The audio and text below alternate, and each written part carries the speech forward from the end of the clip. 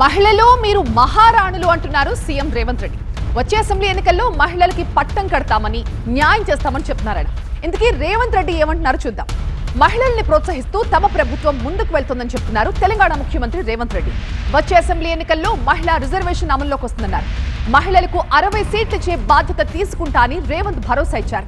ఇందిరమ్మ రాజ్యంలో ఆడబిడ్డలు ఆత్మ గౌరవంతో నిలబడేలాగా చర్యలు తీసుకుంటున్నామని చెప్పారు రేవంత్ రెడ్డి. గత 10 సంవత్సరాలు ఏ రోజు ఆడబిడ్డలు ఎట్లున్నారని ఆయన గారు పలకరించలే. 5 ఏళ్ళు అయితే మంత్రివర్గంలో మంత్రులు లేకుండా పోయారు.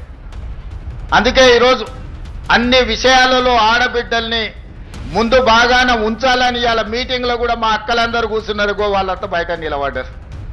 ఇందిరమ్మ రాజ్యంలో ఆడబిడ్డ ఆత్మగౌరవం నిలబెట్టి ఆడబిడ్డల్ని కాపాడుకోవడమే ఇందిరమ్మ రాజ్యం యొక్క ఉద్దేశము, ఆలోచన. తొందరలోనే ఎమ్మెల్యేలకు కూడా మహిళా రిజర్వేషన్లు రాబోతున్నాయి. 153 సీట్లలో 51 సీట్లు 33% ఆడబిడ్డలు ఎమ్మెల్యేలు కాబోతున్నారు. ఈ 51కి ఇంకొక 10 అదనంగా కలిపి 60 సీట్లు ఆడబిడ్డలకు ఇచ్చే బాధ్యత నేను తీసుకుంటా. మిమ్మల్ని గుర్తించి మీకు ఎమ్మెల్యే టికెట్లు ఇచ్చడమే కాదు, మిమ్మల్ని గెలిపించుకునే పూచి కూడా నాది.